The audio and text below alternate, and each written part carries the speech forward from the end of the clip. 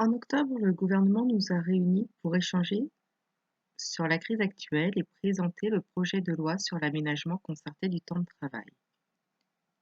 Ce projet est décrit alors comme la solution humaniste et miraculeuse pour sauvegarder l'emploi, relancer l'économie et faire face de concert à la crise générée par la Covid-19.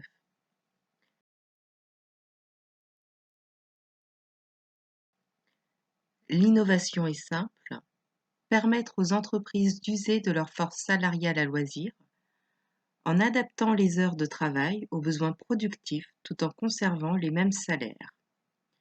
C'est l'essence du projet.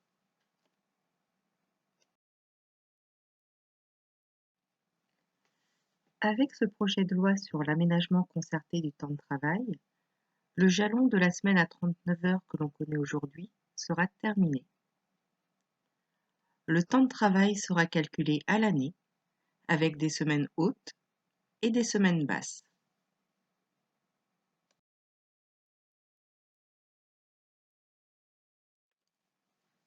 Nous nous retrouverons donc avec un compteur d'heures annuel. Ce compteur sera calculé selon le principe suivant. Une année à laquelle on retranche 2 repos hebdomadaires par semaine, les jours fériés et les congés payés. Cela amènera à 1747 heures que l'entreprise pourra planifier à loisir selon l'accord établi en son sein.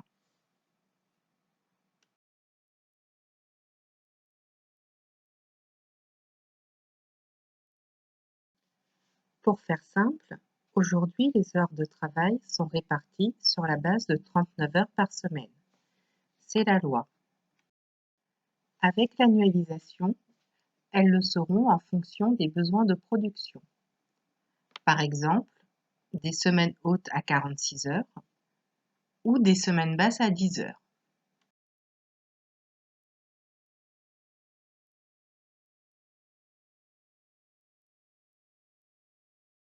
Ce projet de loi aura des impacts multiples pour l'ensemble des travailleurs monégasques, tant sur leur rémunération que leurs conditions de travail ou encore leurs conditions de vie.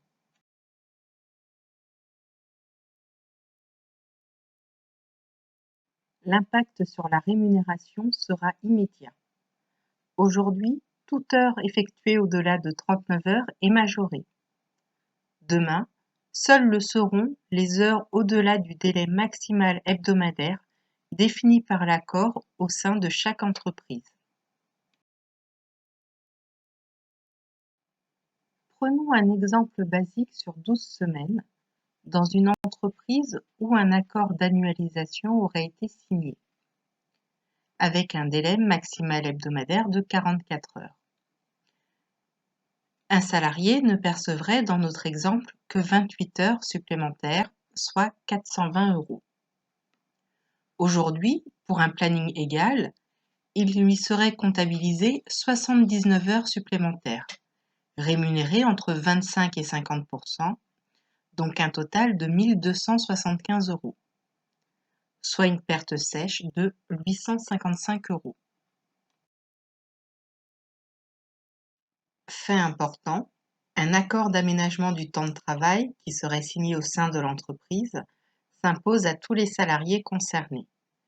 Ce n'est pas une modification d'un élément essentiel du contrat de travail. En cas de non-respect, le salarié est en faute.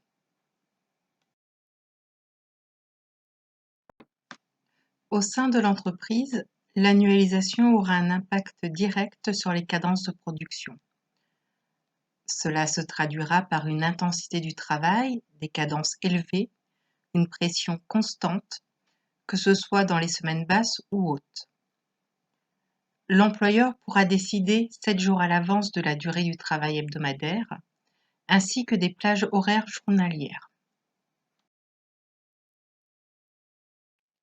L'annualisation rendra problématique la visibilité du temps de travail sur une année.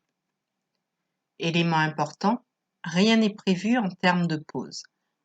Seules les femmes, de par la loi actuelle, ont l'obligation d'en bénéficier.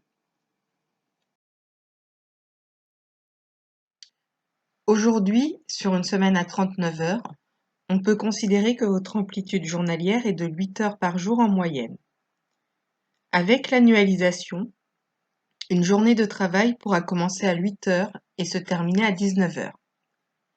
Si on ajoute à cela le temps de trajet moyen de 30 minutes, il faudra donc quitter le domicile à 7h30 pour rentrer à 19h30, soit une amplitude de 12 heures.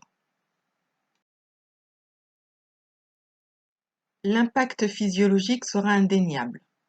L'augmentation de la charge de travail, les cadences élevées et le rythme irrégulier auront des effets à court terme. Les semaines basses ne permettront pas de récupérer de la fatigue accumulée en semaine haute.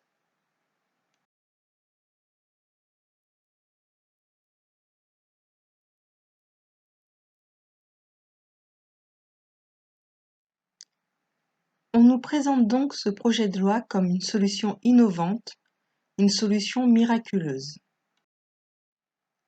L'innovation n'en est pas une.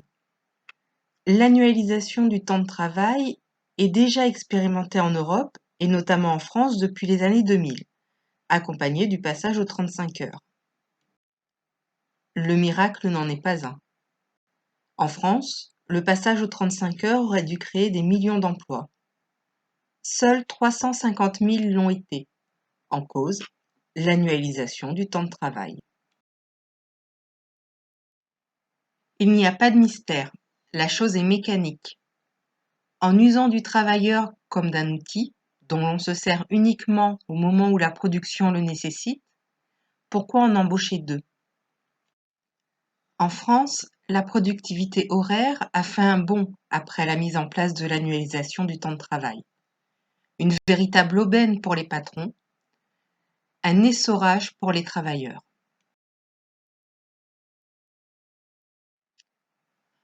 On nous promet d'agir ensemble contre la crise, avec une solution vertueuse. La crise que nous vivons est due au système dans son ensemble.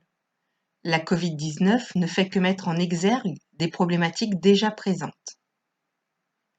Ce projet de loi s'appuie sur la peur qu'auront les travailleurs de perdre leur emploi. Il n'y a rien de vertueux en cela.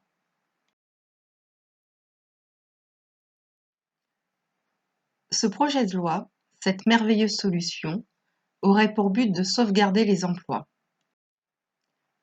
Rien n'empêche l'employeur de licencier avant ou après un accord sur l'annualisation du temps de travail au sein de son entreprise. Il n'y a pas non plus d'encadrement des licenciements autre qu'économique, comme par exemple un licenciement pour article 6. Vous l'aurez compris, on nous demande de faire des sacrifices. Ce miroir aux alouettes, cette idée de la préservation de l'emploi au détriment du salarié, est particulièrement pernicieuse car on l'associe au contexte actuel. On nous fait croire que ce n'est qu'un mauvais moment à passer. Le patronat, lui, ne se mouille pas, ne fait pas de sacrifices, ni même de concessions.